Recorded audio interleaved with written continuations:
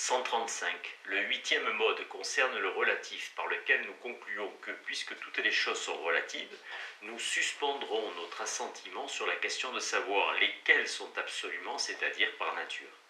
Mais il faut savoir qu'ici, comme ailleurs, nous utilisons approximativement sont à la place de paraissent, signifiant virtuellement ceci, toutes choses paraissent relatives. Mais cela s'entend en deux sens. D'une première manière relatif à ce qui juge, car l'objet extérieur, c'est-à-dire ce qui est jugé, apparaît relatif à ce qui juge. Et d'une autre manière relatif à ce qui est observé conjointement, comme la droite est relative à la gauche. 136. Que toutes choses soient relatives, nous l'avons établi auparavant. Mais à savoir par rapport à ce qui juge, chaque chose apparaît relativement à tel animal, à tel humain, à tel sens, et cela selon telle circonstance, et à ce qui est observé en même temps. Chaque chose apparaît relativement à tel ou tel mode de mélange, à telle composition, à telle quantité et à telle position. 137. Mais il est aussi possible de conclure en particulier que toutes choses sont relatives de cette manière. Est-ce que les choses différenciées diffèrent ou non de celles qui sont relatives? Si elles n'en diffèrent pas, celles-là sont relatives aussi. Mais si elles en diffèrent, puisque tout ce qui diffère est relatif, il est dit en effet relatif à ce dont il diffère. Les choses différenciées sont relatives.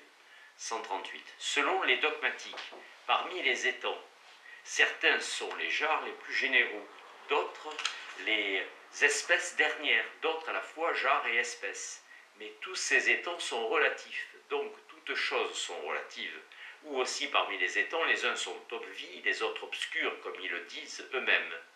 Et les choses apparentes sont signifiantes, alors que les choses obscures sont signifiées par les choses apparentes.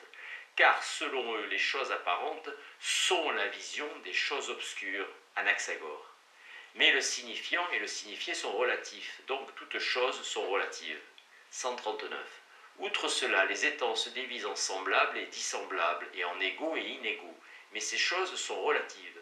Donc toutes choses sont relatives, et celui qui dit que toutes choses ne sont pas relatives confirme que toutes choses sont relatives, car il montre du fait qu'il s'oppose à nous que le toutes choses sont relatives lui-même est relatif à nous et non pas à l'universel, et non pas universel. 140. D'ailleurs, comme nous avons montré ainsi que toutes choses sont relatives, il reste qu'il est clair que nous ne pourrons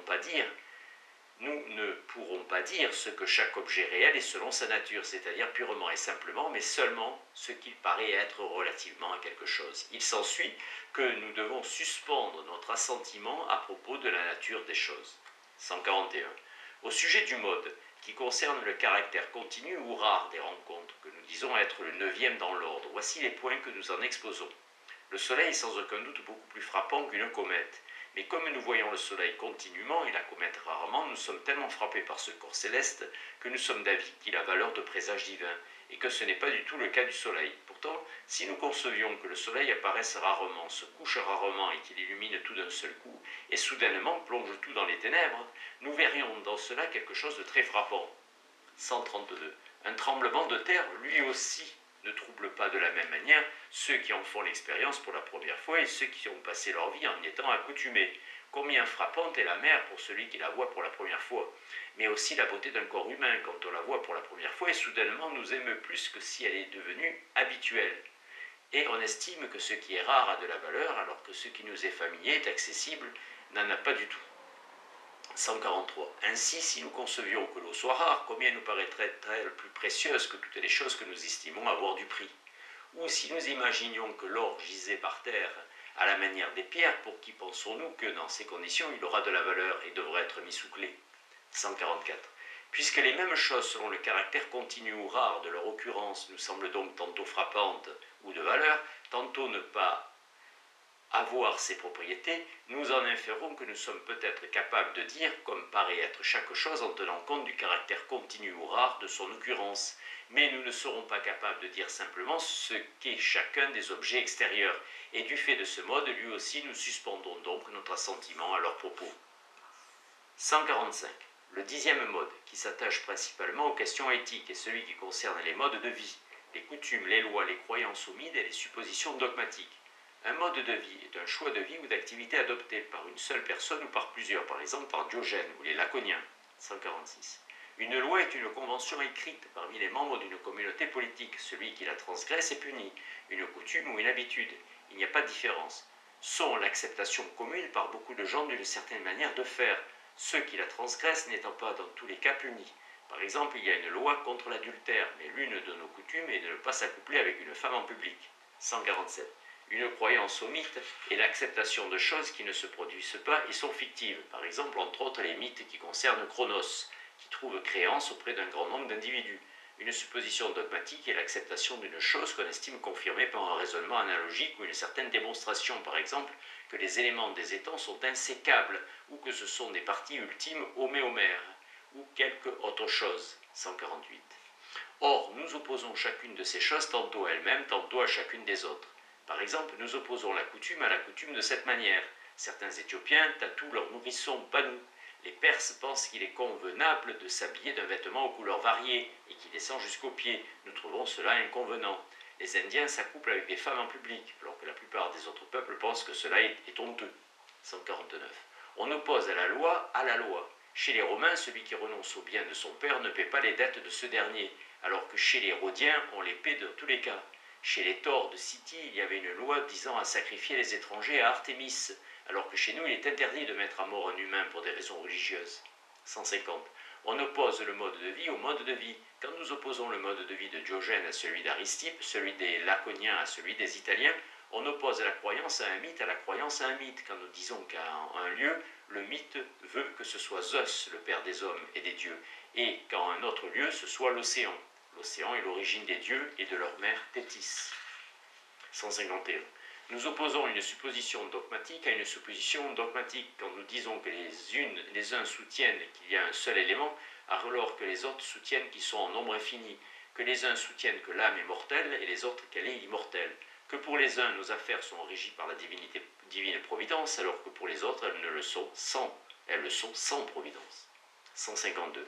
Nous opposons la coutume aux autres catégories, par exemple à une loi, quand nous disons chez les Perses, il y a de coutume de pratiquer l'homosexualité entre hommes, alors que chez les Romains, cette pratique est interdite par la loi, par une loi.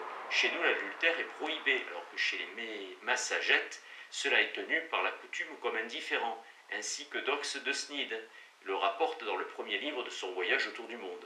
Chez nous, il est interdit de s'accoupler avec sa mère, alors que chez les Perses, c'est la coutume de pratiquer surtout de tels mariages.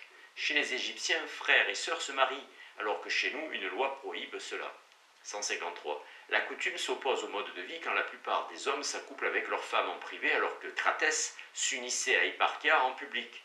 Quand Diogène se promenait avec une tunique à une manche, alors que nous sommes habillés selon notre coutume. 154. Elle s'oppose à une croyance au mythe, quand les mythes disent par exemple que Chronos dévora ses propres enfants, alors que notre coutume est de prendre soin de nos enfants. Chez nous, l'habitude veut que l'on vénère les dieux comme bons et insensibles aux maux, alors que les poètes les présentent comme pouvant être blessés et se jalousant les uns aux autres. 155. Elle s'oppose à une supposition dogmatique. Chez nous, la coutume est de demander des bienfaits aux dieux, alors qu'Épicure dit que la divinité ne s'occupe pas de nous. Aristippe pense qu'il est indifférent de porter un habillement de femme, alors que nous pensons que cela est honteux. 156. Nous opposons un mode de vie à une loi, alors qu'il y a une loi qui interdit de frapper un homme libre et bien né. Ceux qui pratiquent le pancras se frappent les uns les autres parce que c'est la manière dont ils mènent leur vie. Et alors que le meurtre des êtres humains est interdit, les gladiateurs se tuent les uns les autres pour la même raison. 157. Nous opposons la croyance au mythe au mode de vie. Lorsque nous disons que les mythes prétendent que chez Omphale et Héraclès, garder la laine et supporter la servitude, et faisait ainsi ce que personne n'aurait choisi de faire, même modérément, alors que la manière dont Héraclès menait sa vie était noble. 158. Le mode de vie s'oppose à une supposition dogmatique. Les athlètes, quand ils s'efforcent d'obtenir la gloire comme un bien, s'imposent une manière de vivre pénible, alors que beaucoup de philosophes soutiennent dogmatiquement que la gloire est mauvaise. 159. Nous opposons la loi à une croyance au mythe. Les poètes nous montrent les dieux se livrant à l'adultère et à l'homosexualité, alors qu'une loi les interdit chez nous. 160. Nous opposons la loi à une supposition dogmatique, et les partisans de Chrysippe disent qu'il est indifférent de s'accoupler avec sa mère ou à sa sœur, alors qu'une loi l'interdit. 161. Nous opposons la croyance au mythe à une supposition dogmatique. Les poètes disent que Zeus est venu sur terre s'accoupler à des femmes mortelles, alors que les dogmatiques estiment que cela est impossible. 162. Et le poète dit qu'à cause de son affliction pour Sarpédon, Zeus fit tomber sur terre une pluie de sang, alors que l'opinion dogmatique des philosophes veut que la divinité soit impassible. Et il supprime le mythe des centaures en donnant le centaure comme exemple de ce qui n'existe pas. 163. Il aurait été possible de donner beaucoup d'autres exemples pour chacune des oppositions dont il a été question, mais cela suffira pour un propos bref. De plus, ce mode nous a aussi permis de mettre en évidence une telle irrégularité parmi les choses que nous ne pourrons pas dire ce qu'est l'objet réel selon sa nature, mais ce qu'il paraît être selon tel mode de vie, telle loi, telle coutume et chacune des autres catégories. Donc, selon ce mode, également, il est nécessaire que nous suspendions notre assentiment sur la nature des choses extérieures existantes. Ainsi, avec les 10 modes, nous aboutissons à la suspension de l'assentiment.